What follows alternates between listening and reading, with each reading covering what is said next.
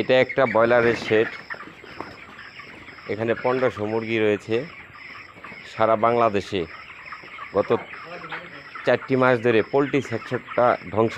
এই পোলট্রি সেকশনটারে ধ্বংস করে দিল যারা বাণিজ্যের দায়িত্বে আছে, যারা সিন্ডিকেটের দায়িত্বে আছে। সিন্ডিকেট এমন একটা জিনিস, এই বাচ্চাগুলা কেনার মধ্যেও বাচ্চা হাই রেট, খাদ্য হাই রেট, খাদ্যের দাম বেশি, মুরগির বাচ্চার দাম বেশি, মুরগি বিক্রি করতে দাম নাই।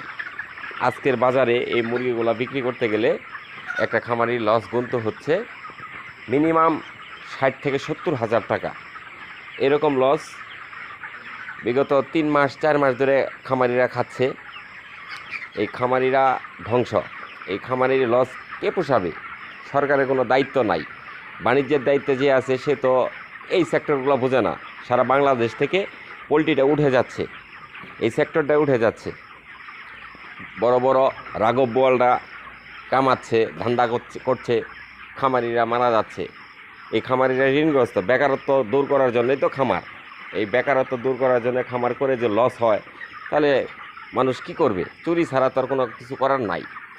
যাও, পোলট্রি সেক্টরের প্রতি নজর রাখেন।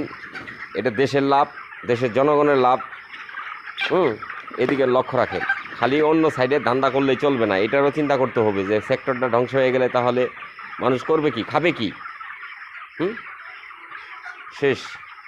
এই যে এক বস্তা খাবারের দাম 3519 টাকা, বাচ্চার দাম প্রতিটা বাচ্চা 70 টাকা করে কিনা।